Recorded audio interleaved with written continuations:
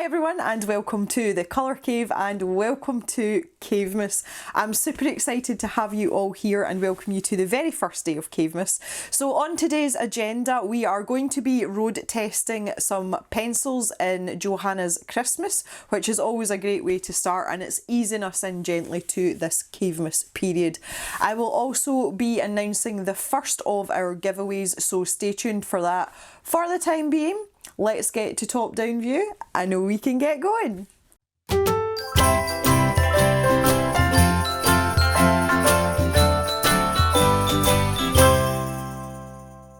So I have my very festive scatter, as you can see, and in here I have mulled wine and you can see it's still steaming. It's actually too hot to drink.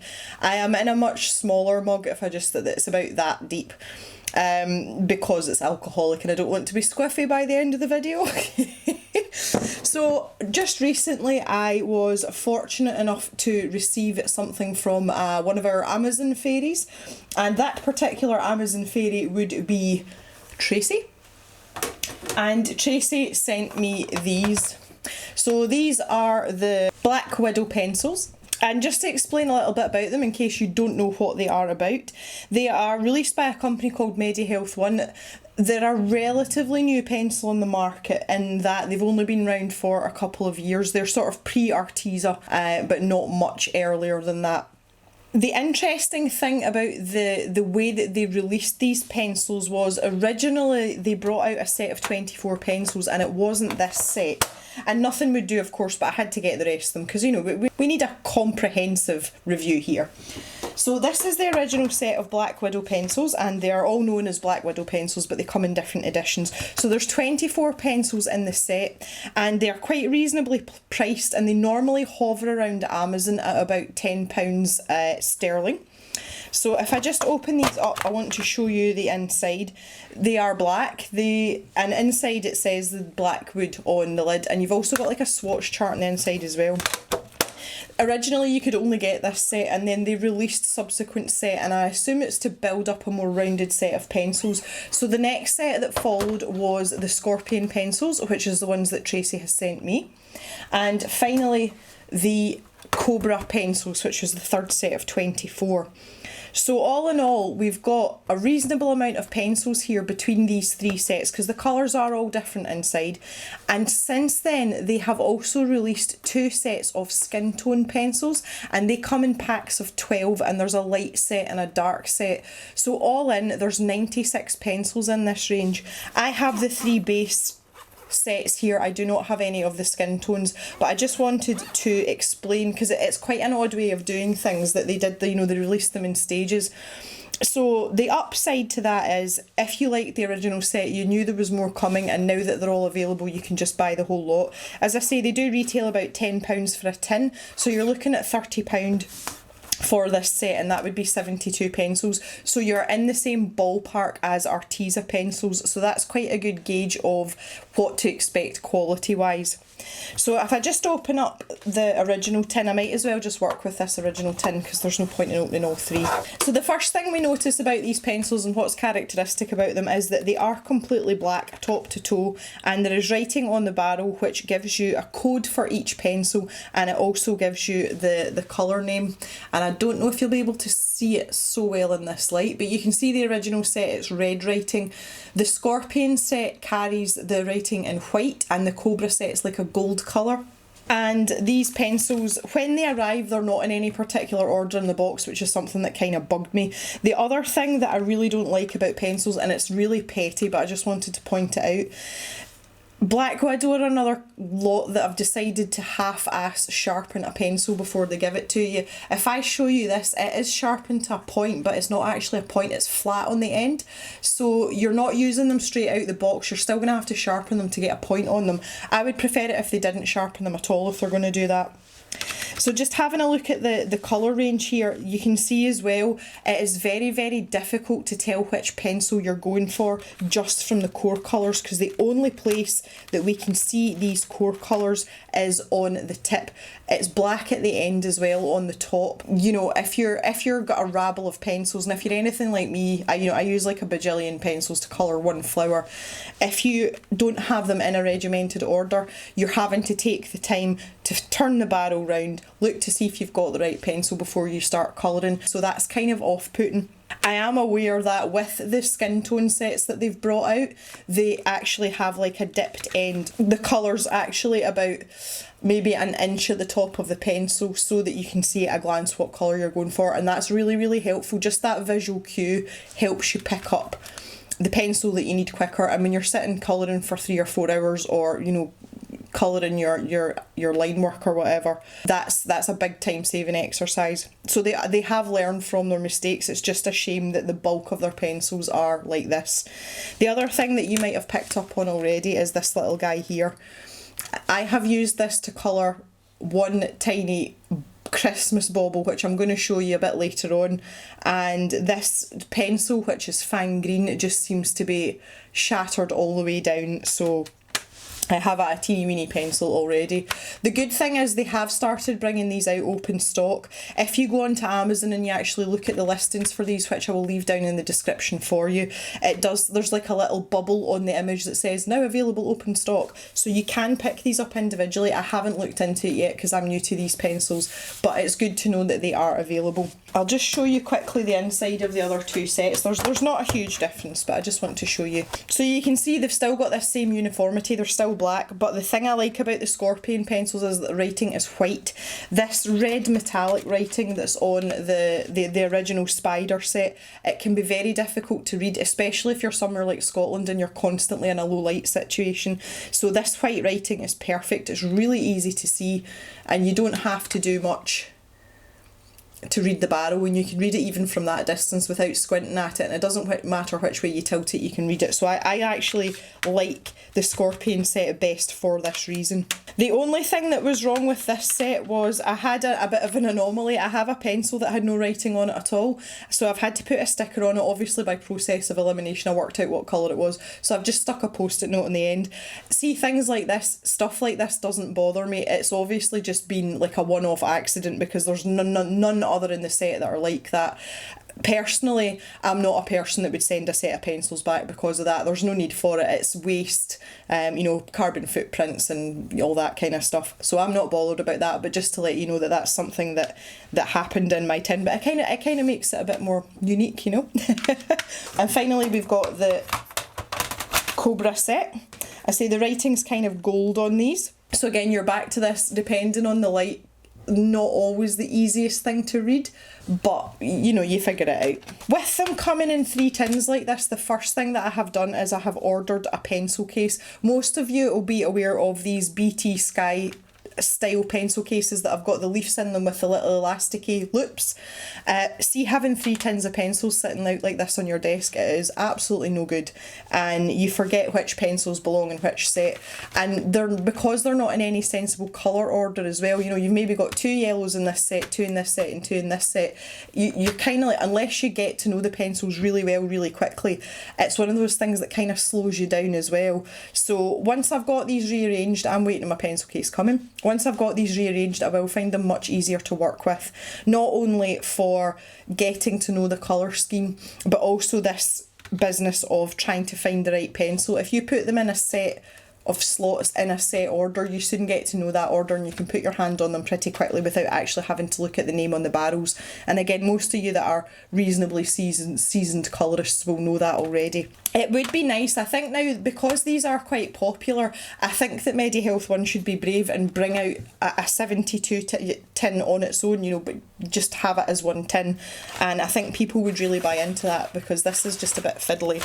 The thing I do like about the tin, now the tins they're not flimsy, but they're not robust, but I love the fact that on the inside here they've got the colour names in like a swatch chart as well, so when you are new to the pencils you can use that to refer to straight from the word go. You don't have to sit and swatch them all out until you're ready, you know, if you just want to open them and play with them, they're pretty good for that. So I have taken the liberty, I have swatched out all 3 sets of pencils, and I've swatched them out in their sets just so that you can see roughly what you would be getting in each set. So you can see just at a glance there is a really good mix and variety within each set. So even if you just wanted to buy one set of 24 to try, you're still going to have a full range of colours to work with. You're not going to be lacking, you know, it's not like one set doesn't have any blue pencils in it.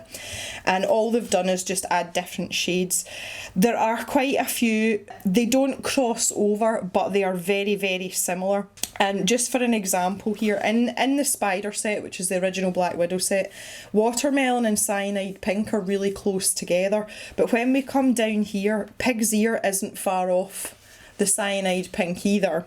And then you've got Bubblegum as well, which is almost the same colour. So I feel as if that they've maybe been just a bit too precise in their colour choices, and they could maybe have mixed them up a wee bit more and given some more unique shades. And one thing that they do listen, they took on their feedback and brought out the skin tone pencils because people weren't, it's not that they weren't happy, but they felt it was the one thing that could have done with a bit more exploration was the skin tones. So that's really my only criticism of that. Other than that, I really like the colour selection. There's plenty to choose from, and there is a really nice balance between all the colours. Normally I find that there are a lot of greens and there's a lot of yellows in these kind of pencil sets, but they've done a really good job of balancing it out, especially with things like the blues. The one thing that is lacking kind of overall are those kind of like emerald turquoisey colours. There are one or two. What I want to do is just give you a really quick demonstration. I'm on my favourite colouring paper here, which has a little bit of tooth to it. Again, I'll link that down in the description if you want to grab some of this paper for yourself. It's not quite as thick as cardstock, but it's pretty high quality paper. And I just want to give you a quick lay down demonstration and also a quick blending demonstration. Okay, so this is Aquarius from the Cobra set. So I'll just build up some colour here so that you can see. Now, in terms of the hardness of the core, I'm going to, in fact, before we get onto this, I'm going to draw you a little diagram. Okay, if we talk about the scale of the hardness of the core, I'll not put hard, I'll put firmness. Okay, so if you have really soft pencils at this end and really hard pencils at this end, then Prismacolor are here and Crayola are here. Now this is purely down to opinion, but I would say if we call that the middle, Arteza are somewhere around here. And I would say that Polychromos, they're probably slightly more that way than that way, but just in the sort of grand scheme of things, I would say that your Black Widows are somewhere in between Crayolas and Polychromos in terms of the firmness of the core. Sometimes it's easier to draw a diagram than it is to try and explain things. As to how close to Polychromos and Crayola, you know, the Black Widows actually fall, I think that's down to opinion, so I'm not going to split hairs with that, but it's just to give you a general idea of what you're looking at in terms of how firm the pencil is. Right, yes, so let's talk about layers. So that's one, and I'm just going to keep a really light hand again. My finger's way up the pencil, way up the pencil. But there is a really nice even lay down if you use a light hand. Again, with it being a harder pencil, it is in your interests to do that anyway. And it layers up pretty well. I think earlier on I have coloured the bauble where I broke the pencil, that's, you know, the little diddly pencil. I think I was about 6 or 7 layers. So you know you're going to be able to layer it up, and you can get some really nice rich colour as well. These pencils are definitely not lacking in terms of the pigment. They are nice and pigmented. You can see that I'm starting to get some rich colour. I'm also picking up the score mark from my cutting mat underneath. There you go, that's actually quite good. I split it into 2 sections for us. So you can see, I mean, I'm still going. Kind of getting to saturation point now. but you can get some really nice rich colour with that. So in terms of the quality of the pigments in the laydown, it's absolutely great. I could definitely get a thumbs up from me. If you want to do a bit of blending, so I've got Tulip and Grape, which are 2 shades of purple. So we'll just get some Grape down. No, sorry, Tulip. We'll get some Tulip down first. And then I have got, yes, I've got the Grape here. Just making sure I had those the right way round. Now, because these are a slightly harder pencil, you might have to work a wee bit harder in terms of getting these blended in together, but for a firmer pencil, I don't want to call them hard pencils because they're not hard pencils. For a firmer pencil, they do blend together very nicely indeed. And I really like the build quality and the construction of these pencils.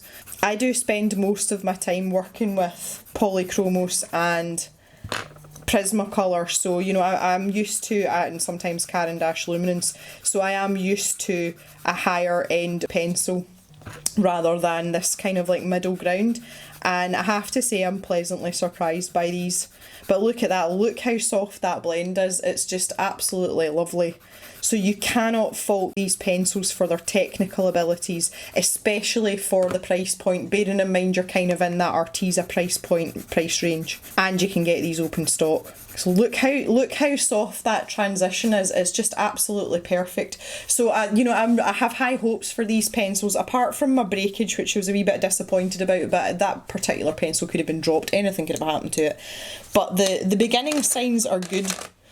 So let's just jump over to Johanna's Christmas now, and we can actually see them in action. Just see my little star lurking in here. I made this with my UV resin. Some of you will remember the UV resin that I bought from Wish. I did it in like an art haul video. So this is some of the mica powder in one of the little moulds, and it's dead cute. I didn't know what to do with it though, so I thought it wouldn't look out of place in my festive spread. So we've got Johanna's Christmas here, and I have this page full of baubles, and as you can see I have coloured one in already. So again, I would just like you to be able to take a slightly closer look at this before we carry on. And I've tried to use pencils across the 3 sets, you know, across the 3 ranges, just to really get a feel for them and try and figure out what they're like. And I have to say I'm quite impressed. Now down in this dark side here, there's actually 3 different pencils down here. I started off with this really light red colour, and I went down to the burgundy. So there's about 7 layers of pencil down round this outside, and you can see it's just spread itself out beautifully. Obviously the paper in Johanna's books are very good, but it's a nice constant to try out a new medium on, and you're not, you know, guessing whether it's the paper or the pencil. So you can see that you've got that really deep, rich vibrancy, but if you want to have really delicate shades as well, you can absolutely do that, and that is not going to be a problem. It doesn't look as if you're using really cheap, nasty pencils. It just looks like a delicate layer of whichever colour it is you're using. Yeah, so it's the next morning. We had a bit of a cow emergency last night, and I had to go out and help Mr. Jem. So I now have no mulled wine. Obviously that's not acceptable at 20 to 8 in the morning. I did want to show you my watch, which I wasn't able to show you last night, but I've changed my watch face, and it's the texture of it looks like a knitted jumper, and it changes between different sort of Christmassy things. So there's a snowman and there's a Santa and everything. It's pretty cool. I'm just getting into the festive spirit, you know, so I'll show you periodically when it changes, because it's pretty cool. Okay, so we're going to put these pencils to the test in Johanna's Christmas now. I've kind of lost my thread from where I was last night. I'm also incredibly sorry if you can hear mooing in the background, because it is first thing in the morning. The cows all get fed, and there are cows in the field outside the cave window, so you might hear a bit of mooing going on. Alright then, so for these baubles, the only thing that I wanted to keep consistent was this sort of gold chain and the kind of fixings on the baubles. So I was sensible enough last night to make a note of those, and those colours are Egg Yolk and Stink Bug, which are both in the original set, which wasn't intentional, that's just the way it worked. So we're going to get them out. Here we go. So I'm just starting with the egg yolk. I've got a light source kind of coming from here somewhere, so that was the idea. Obviously here I wanted to test out what the pencil was like on the paper with just a few layers, and also some quite heavy layers. So that was a sort of a happy way to do things. So one of the things I do find about these pencils that I like is even that initial laydown, it feels quite kind of silky going down on the paper. Now obviously your paper does have a little bit to do with that, but you know what it's like, you'll know yourself if you've tried sort of some of the cheaper pencils or the harder pencils even, they can feel quite scratchy going down, and these definitely do not, which is real nice. So even on that first laydown, and I'm not a person that presses particularly hard, you will be able to see if I zoom in slightly. The laydown is actually quite generous, even on that first pass of pencil. So I've got Stink Bug here. I love the name of that pencil as well. I think that's something that's always quite fun about pencils, if they give them fun names. And it's one of the reasons I like the Crayola pencils so much, because they have some really cool names. My personal favourite's Fuzzy Wuzzy. I'm keeping the combinations quite simple here, and it's just to let you see really what these pencils are capable of. If you start using a lot of different colours in one section, then it can get quite sort of messy. But there we are, we're only on second layer here, and you can see that that's going down really nicely, and it's standing out really nicely as well. I think because these are a slightly firmer pencil, you seem to be able to build up the layers, but at the same time, because the laydown is reasonably generous, you don't have to spend ages doing, layer upon layer upon layer upon layer. So I've got Purple Haze, Amethyst and Space here. So that's 3 nice sort of shades of purple. And again, that's coming from across the sets. So Purple Haze is our lightest colour. Let's see what this does. Oh, I need to fix the tip again. Really flat tip. There we go, that's better. Now the first thing I notice about this particular pencil is it feels a lot scratchier compared to the yellows.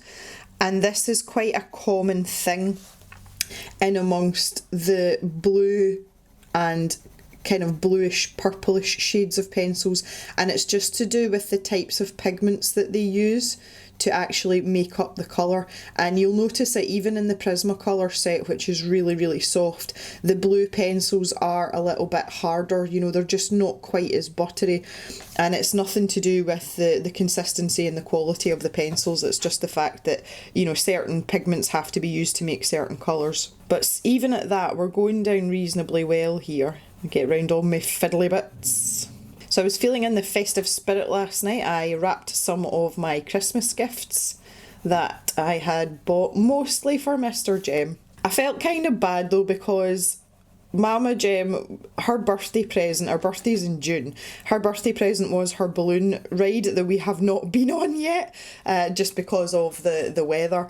And I was wrapping 1 or 2 things for her, so she's not getting a huge amount this year, because we set like a budget on ourselves, and it's agreed between our family, but the balloon rides are pretty expensive, so Mama Jem wasn't getting much. So I was kind of looking at her little present sitting, and it looked a bit sad and forlorn on its own, but that was just what we'd agreed. So I was going to talk about Papa Jem's Christmas gift as well, but I can't, because he might see this. He does watch my videos sometimes, not all the time, and if he happens to see this will obviously be before Christmas, and more to the point, it will be before he's even here, because Mama and Papa Jem come to us at Christmas time, so I can't risk him seeing it and then spoiling the surprise for him. Okay, so there's a first layer down, including fiddly bits, and I've got the amethyst now. So I want to try and get that sort of directional light source. So we start building this up. The other thing I found out as well about these pencils is, even if you use quite a heavy stroke, and I'm going to use the Space for this. Space is the darkest purple I've got, and I'm just going to do it up in this top corner. If I go in here round these leaves and press really hard, okay, so that's pretty heavy pressure I've used there. If I do that and then go back to my amethyst, when I blew the dust away there, all the little scatters just went flying. Oh no. I can still blend this out. Even though I've pressed really hard, there is an amazing amount of movement still in that layer of pencil. So that is just something that's really, really cool. I mean, you're never going to get like a completely smooth, oh, baby's bum sort of blend, but it's good to know as well that if you're maybe kind of like newer to colouring and you're perhaps not quite there with your pencil control in terms of pressure, you've got a good bit of leeway with these pencils. And I know that for myself personally, it is something that I struggled with to begin with. I had a proper death grip on my pencils for a start, but I was pressing really hard. Now, teamed with the fact that I had surgery on this hand at one point, my hand was so sore, like it was really crampy, and it was causing me all sorts of issues until I realised what it was. But that would, something like this, having a set of pencils like this to begin with would have been definitely advantageous for me. I started with Crayola pencils. That was the first set of pencils I had. And I think because they're quite hard and the laydown isn't so generous, that was maybe another reason why I was pressing harder, like trying to get more pigment out each of my pencil strokes. So it might have been a combination of factors, but I kind of wish I'd had these. But these pencils didn't exist when I started colouring. And it's one of the really nice things about pencils now. There are so many nice sets of kind of like mid-priced pencils that aren't that sort of basic kids grade. And you don't have to pay a huge amount of money for them. I mean, even just like the Artisas, the Castle Art pencils, these Black Widows, they're all really high quality products, and you're not forking out the sort of vomit-inducing sums that you pay for things like Polychromos and Prismacolor if you're outside of the USA. So I just think it's lovely that we've got all this, and the colouring community has kept up, because it was kind of looked at as a sort of passing fad. And we've stayed strong as a community. And the other thing that's really nice now is, and just recently, I have had a few messages and emails from people saying that they are artists and that watching my videos has made them want to try adult colouring, because they've realised that they can learn things from it in terms of pencil work especially. So that in itself is lovely, and I'm like, yes, pat myself on the back, mission accomplished. So that's just like a really cool byproduct of doing stuff like this on the channel. And it's something, colouring is something that I really enjoy. And some people have the mindset that, oh, you're not a proper artist because you're just colouring. And that really annoys me, because they're obviously just ignorant of what's, involved in creating a really nice colouring page. And also the skills and techniques, they cross over so much between drawing and painting and all these things and actually colouring. So I noticed it most actually in, there's a couple of art groups that I belong to, and there's artists there that have been drawing for a long time. I mean, we're talking about experienced artists, and their ignorance of coloured pencils makes me laugh. And it's just because it's a medium they've never tried, but in the same breath, those people will poo-poo, colourists. And I just think it's hilarious, because they come on asking questions about pencils and stuff, and I'm like, you guys don't know what you're talking about. I'm like, I love pencils, I will help you, I will tell you everything you need to know, but you should really know this if you've been drawing for 20 years. I'm just going to continue this on down. I started it, so I might as well just keep going. I'm going to feather it out a bit more though than I did up here. That was just for demonstration purposes. I can go back to my amethyst and just kind of draw this out. I was talking to my friend the other day, and she's bought a new Christmas tree. She really wanted to have a real tree, but in August she adopted a cat from a shelter. He's white and his name is Casper, and he's only got one eye. And I have an affinity for one-eyed animals, because Mist, my original, and there'll never be one, Mist, my collie, my very first working dog, she only had one eye. She actually lost her eye while she was with us. So I kind of I have a special place in my heart for one-eyed pets. And anyway, so Casper has settled in quite nicely, but he's quite a mischievous little chap. And she's kind of worried if she gets a real tree whether he's going to start messing with it, and she doesn't want to have to pull pine needles out of his paws and things. So she went shopping for a Christmas tree the other day, and she's managed to get a really nice one. So she's really pleased with herself, because our old tree, and it was hilarious, it was held together with duct tape and all sorts of things. In the end up, it was just past its prime. But yeah, so she's all pleased with herself. So she's going to see how she gets on with the plastic tree this year with Casper. And if he doesn't bother with it, then she might get a real one next year. And I have to say, it's something that we've never had any problems with, because last year Pip was a tiny puppy. Pip was only born at the end of August, so by Christmas, you know, she wasn't exactly a big dog, and she had a sniff at the Christmas tree to begin with. And I just told her that no, she couldn't do it, and she kind of looked at me and then went, oh, okay, and that was the end of it. And when we put presents under the tree, she was really into that. And again, I just told her no. So our dogs actually don't bother with things like that at all. And I mean, the dogs are pretty good generally. I know recently we had the incident with Pip and the collar-raised pencil, but I think that was an isolated incident because she's not touched anything like that since.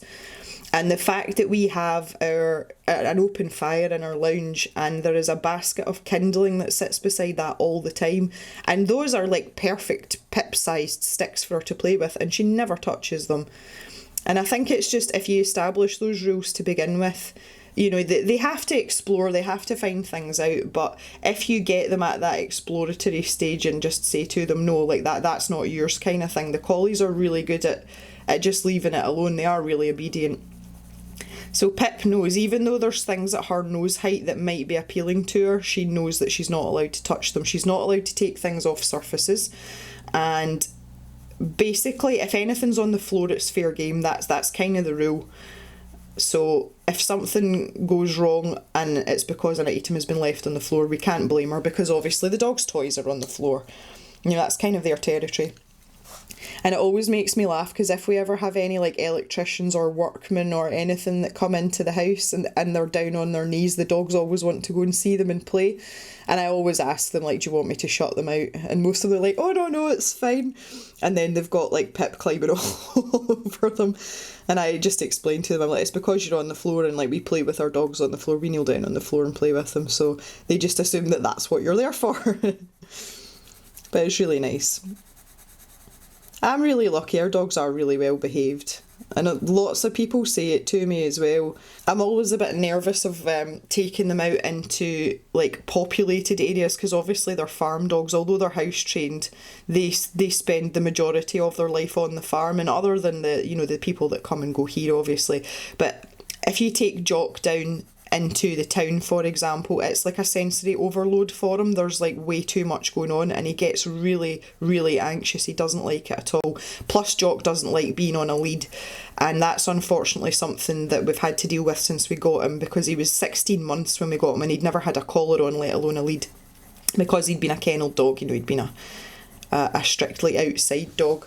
So it's quite difficult for them. But any time I have had to take them into, you know, a busier area, they've actually been really, really good, and they've behaved themselves. And everyone always mentions it as well, like, oh, your dogs are so well behaved. And I'm like, that's because when they were puppies, or when they were younger anyway, especially in Jock's case, you know, we're really strict with them, we're really hard on them. And some people are like, oh, you're far too hard on your puppy. And I'm like, no, because you're setting the groundwork for later on, and it makes them a bit easier to deal with. And Pip's been exceptional. I mean, she's particularly headstrong, you know, with all the collies that we've had, just personality wise, and that's what it is, it's her personality. But she's not a badly behaved dog. The only thing I really don't like about her, and I just wish she would stop doing, is that she's really, really noisy. Like she's always like squeaking and barking and whimpering, and she's just a very vocal dog, and I find that rather irritating.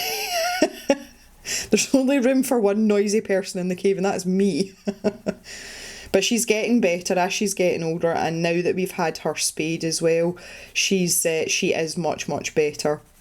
She's still noisy, but she's just not quite as noisy as she was, thankfully. But if she comes to see you, she comes and sits beside me. I'm sat here and I'm colouring or filming or whatever, and if I ignore her, she starts to talk to me and she goes, and she sounds like a little elephant, and that's because you're ignoring her. It's like, please come and talk to me. I'm right here. But she is getting better, and it's just her age, because she's not quite a year and a half, but she's not a baby anymore. I would say she's still a puppy in my eyes, but she's not a baby. I'm just in with the amethyst here, which is the mid tone colour, and you can see I'm starting to build up these layers, and this colour is just lovely and rich.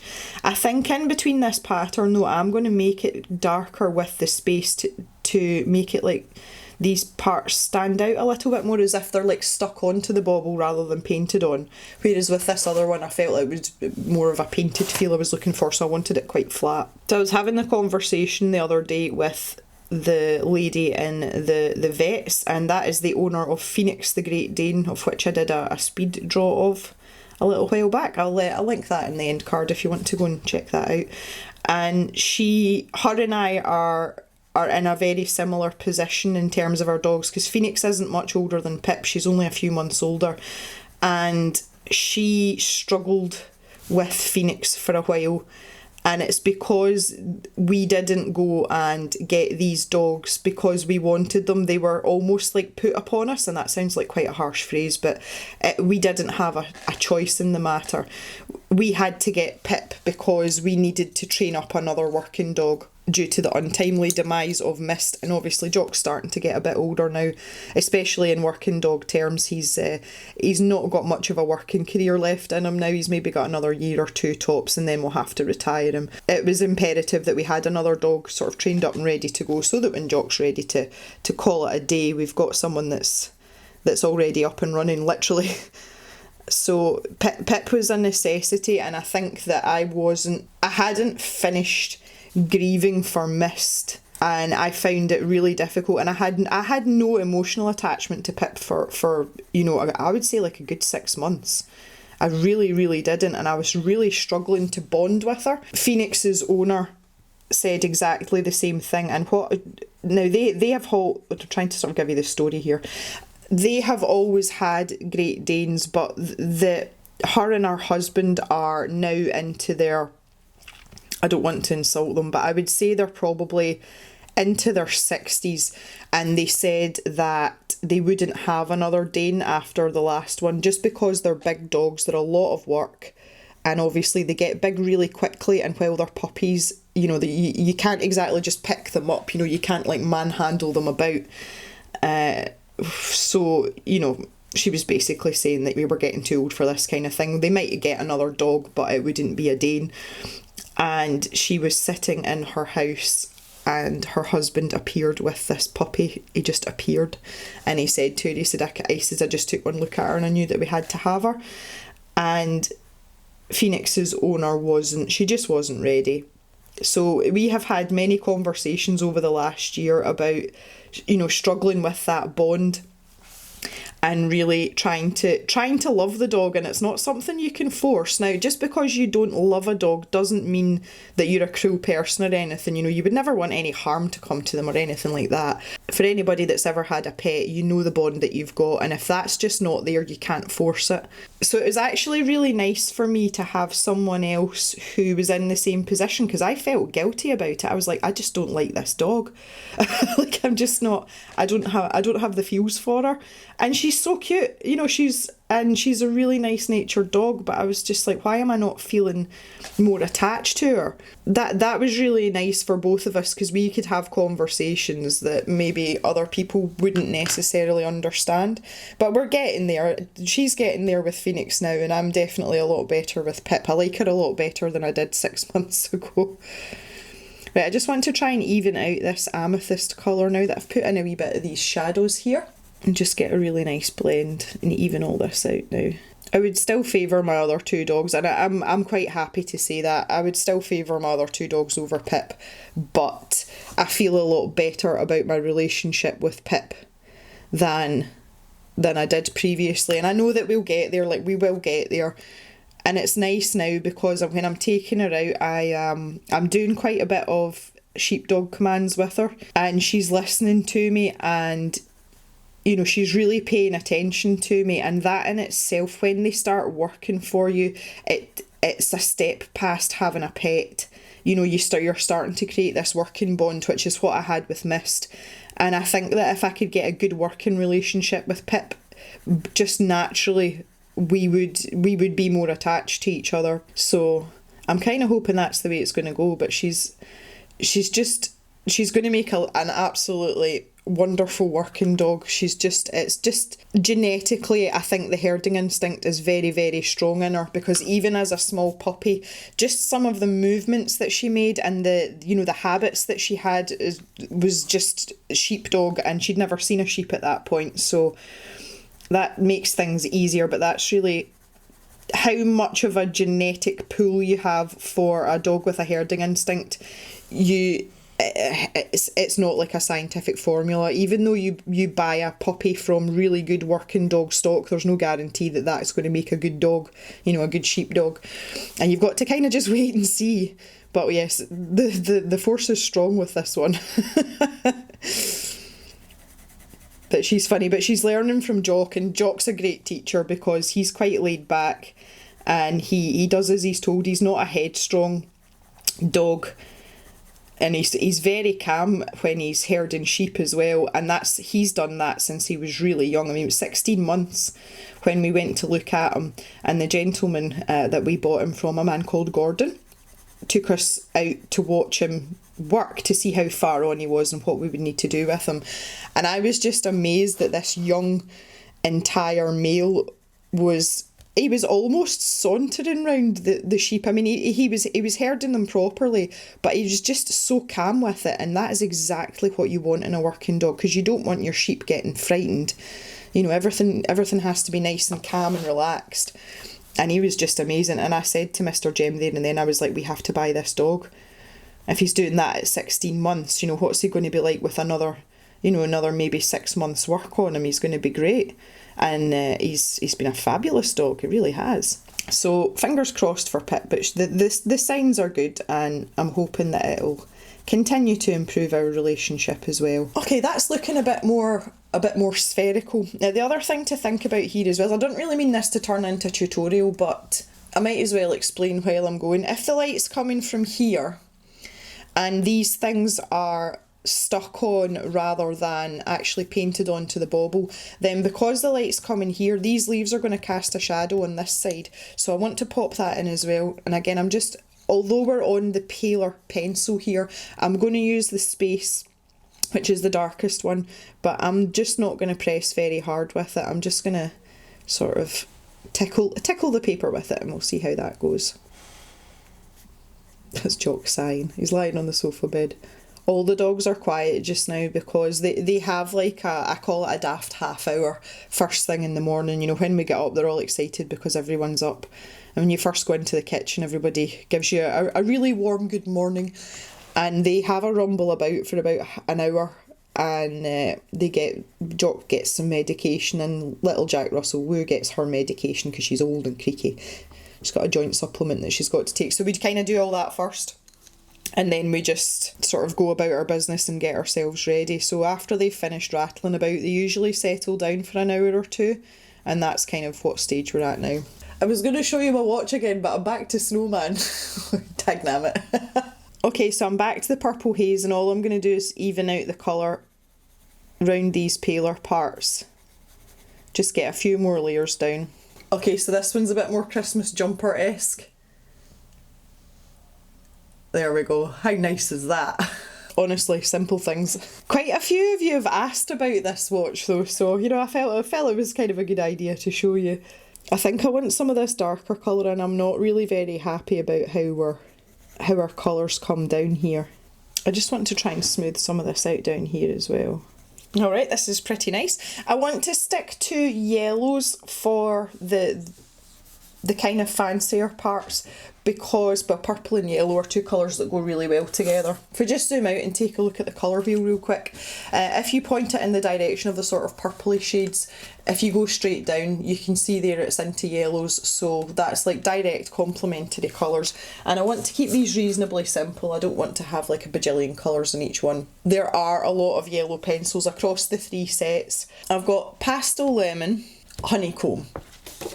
So that's still going to be different from the gold that we've used here, but it's going to give us enough of a variation. So start with the Pastel Lemon, and I'm just going to pop a layer of this down. Now I'm interested to see how much this purple would smear into the yellows, obviously with the yellow being a bit paler, so I'm deliberately gonna go over there And it is pulling in, I don't think you'll be able to see that on the camera, but it is pulling into the paler area. So that's something that you might want to watch with these pencils. And again, the smudgy thing happens a lot with Prismacolors. You've got to be quite careful because you end up dragging the darker colour into your lighter area, and it's always more obvious when you're using yellow, obviously because it's yellow.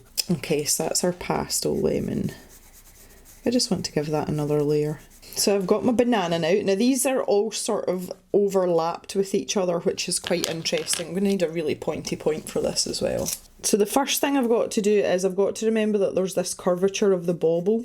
Okay, so again, just thinking about this light source here, I'm going to try and pick my battles a wee bit here. And there'll be very little shading on these ones until we get round to like, hi Woo! Woo's up. Until we get to like here, and then there's maybe going to be a little bit there. Right, so let's try this honeycomb now and see if we can darken down what's there. There's a nose. Oh, I've got Pip as well. I've got everyone. Okay, so I'm going to try with this honeycomb now. I'm not entirely convinced that I'm going to get an awful lot out of this, but I'm going to try. I think it's, yeah, it's too pale. It's not really doing much right. I'm going to have to get a darker colour. I might even go into an orange. Let's try burnt orange. Yeah, that's better. We're gonna have a job blending this out, but I have faith in the banana. Okay, let's try this. And when you're doing stuff like this, it's just a case of working your way around really gently, just one at a time. Now I'm going all the way back over that burnt orange with the banana. I'm kind of hoping that it's going to be slightly warmer today than it has been the last few days, because it has been so freaking cold. We had 3 days there where we didn't thaw out at all, like just nothing thawed out. My hand was really sore one of the days, and it was annoying because it was a day I was going to sit with my coloured pencils, and I don't have them, like, the motor function to grip pencils for any length of time when my hand's sore. So I ended up painting instead though, which was fine. I've got a couple of paintbrushes that have got really thick barrels, like really thick handles on them, even though the points are quite fine, and they're great for days like that where I'm struggling with my stiff hand. That's actually looking okay. As I'm coming down round here, I'm just reducing the amount of orange that I'm using. Now I just want to take that pastel lemon again, start adding that in here.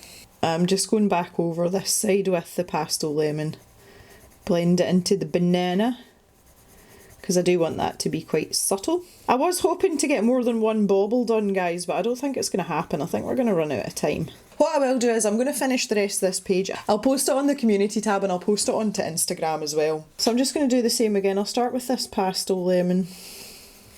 Now I'm being careful to try not touch the purple for the aforementioned, you know, I don't want to muddy it up with the darker colour. Don't know how well I'm going to get on here, but we'll try. So impressions of these pencils then on a first instance. I really like them. I'm finding them really easy to colour with. The fact that I'm chatting away while I'm doing this, they are posing me no major issues. I don't feel as if I'm fighting against them or anything like that. Jock and Pip are fully awake now and they're wanting to play, so we may get some additional background noise again. The whole farm's waking up. Okay, so in these sections here, I'm just going between this banana and the pastel yellow, and I'm like almost like cutting them in half with it. And it's to get that idea that there's some sort of bevel on these pieces, you know, that they're three-dimensional. Maybe they come to like a peak at some point. So I'll just try and utilise that as much as possible. And again, these pencils, I'm really impressed with them because I'm not having to put an awful lot of effort into this, and the colour's coming up quite rich. It's quite nice, I like it. There we go, that'll do that some there. And I'll maybe have a teeny weeny little bit of this orange. And again, I'm just going really lightly here, so this is going to test how well that these pencils are actually going to blend out. And I'll go back to the banana to blend these out. And that's working pretty well. You can hear your Jock. Oh, I've missed this one down here. I do think that road testing these pencils by doing is a great way to do it. Right, I'm just going to finish up this little bauble. We've got this bit at the top here, so I'm going to go back to my purple pencils. So I've got the Oh no. I've got the Purple Haze, which is our palest purple, and I'm just going to pop this in here. Now I want these to look kind of inset. So I've got my amethyst now, and again, keep a really pointy point for stuff like this. Right, you two. Quiet just now, we're nearly done. If I just pop in a little bit top and bottom in each of these sections, and I'm not taking much care, now knowing that these pencils blend reasonably well, I can take the back to the Purple Haze and I can really sort of push that about a bit. It would be an inset, they are going to be a little bit darker than what's going on round here, so I need to take my space pencil. I'm not struggling as much with identifying the pencils as I thought I would. You know, just with the fact that the barrels are all black, it's not caused me as much of an issue as I thought it would, so that is another plus point. There we go, that looks pretty good. And up at the top here, I'm going to do this little gemstone as well, and that's just sort of in keeping with the ones that I've done on here too. So I'm not going to do anything fancy here. I'm just going to pick out sections and alternate these. I can always add a little bit of gel pen to these to, you know, put a little bit of a shine on them if that's what I wanted. And here is the amethyst. So there we go, there is our finished bauble, and that's been a really good opportunity for me to test these pencils out. And I have to say, overall I'm very impressed with them. I think for the price point, if you like a slightly harder pencil that's still got good blending abilities, these are an excellent option, but I would recommend buying a pencil case so that you can have them all together and have the colour ranges, you know, like all the yellows together, all the purples together, that kind of thing. I think that would be beneficial. Okay guys, well I hope you have enjoyed this today, and I hope that's given you some information on the Black Widow pencils if you've been curious about them. I want to thank Tracy again very much for sending me the Scorpion set, because without that I wouldn't have done this as a video, so thank you very much again Tracy, your generosity is really appreciated. I'm going to finish off this page over the course of the next few days, and as I say, I'll pop it up on the community tab and I'll also pop it up on Instagram for you guys as well. So thank you very much for coming to hang out with me today, last night, today, it's all the same thing for you guys. Just before we finish this video up, we are going to get on to the exciting part, which is the giveaway. Okay, so I hope you all enjoyed that. It is now giveaway time. So up for grabs first of all is this pack of Copic Chow pens, and this is called a doodle pack and it's the purple one. So in this pack you get 2 Copic Chow markers which have a beautiful brush nib on one end and a chisel tip on the other. There is also a very sparkly pink pen and a fine liner in wine. So these are up for grabs, and this item is available to anyone outside of the UK and Europe. Obviously I have to think about postage costs, hi Pip. So I am going to ship this worldwide to anybody who cares to enter. For those of you in the UK and Europe, following on in a tenuous link from the content of today's video, I have this copy of Johanna Basford's newest book, which is How to Draw Inky Wonderlands, and this is a combination of a colouring book and also a tutorial type book to help you learn to draw in Johanna's style. So if you're in the UK and Europe and you fancy getting your hands on this, then that is up for grabs. And to enter, all you have to do is leave a comment down below using the word Copic if you are outside of the UK and Europe, and the word Inky if you are within UK and Europe. I really hope that you are up for these little gifts that I have to send your way, and I hope that you have enjoyed today's video. I want to thank you very much for watching. Enjoy the festive period, and I'll see you tomorrow for another video. Bye for now everyone.